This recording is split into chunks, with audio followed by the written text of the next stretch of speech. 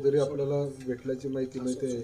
नक्की काय चर्चा झाली आपल्या सगळ्यात? भुसावळ नगरपालिकेच्या निवडणुका लढवण्याच्या संदर्भामध्ये संतोष चौधरी यांनी माझ्या घरी येऊन चर्चा केली आणि त्यांनी सांगितलं की आपण राष्ट्रवादीच्या पक्षाच्या माध्यमातून ही निवडणूक लढवावी.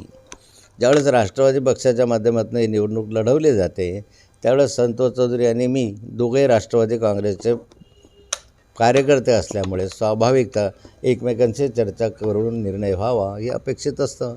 एक आक्षेप किंवा एक चर्चा समाजामध्ये बघायला मिळते की संजय सावकार यांनी भुसावळचा मतदारसंघ राखीव करून घेतला आहे. तुम्हाला काय सांगायचं या सगळ्या संदर्भात? मी याच्यावर भाष्य करणं टाळेल ते यासाठी की हे निवडणुकीचे विषय आहे, परंतु समाजामध्येच नाही तर संपूर्ण जळगाव जिल्ह्यामध्ये ही चर्चा आहे की सावकार यांनी आपली ही जागा जी आहे ती आपल्या पत्नीसाठी रिझर्वेशन करून आणली. पण असं होऊ शकतं? काय या जगात काही होऊ शकतं, इथं काय नाही होत. भाऊ, पुणे अजित पवारांचं जे प्रकरण आहे त्याची तुम्ही जी फाईल तुमच्याकडे आल्याचं होतं, काय त्याच्यातलं काय प्रकरण होतं ते नेमकं आणि काय स्थिती? माझ्याकडे फाईल आली एवढीच माहिती मला आता मिळाली.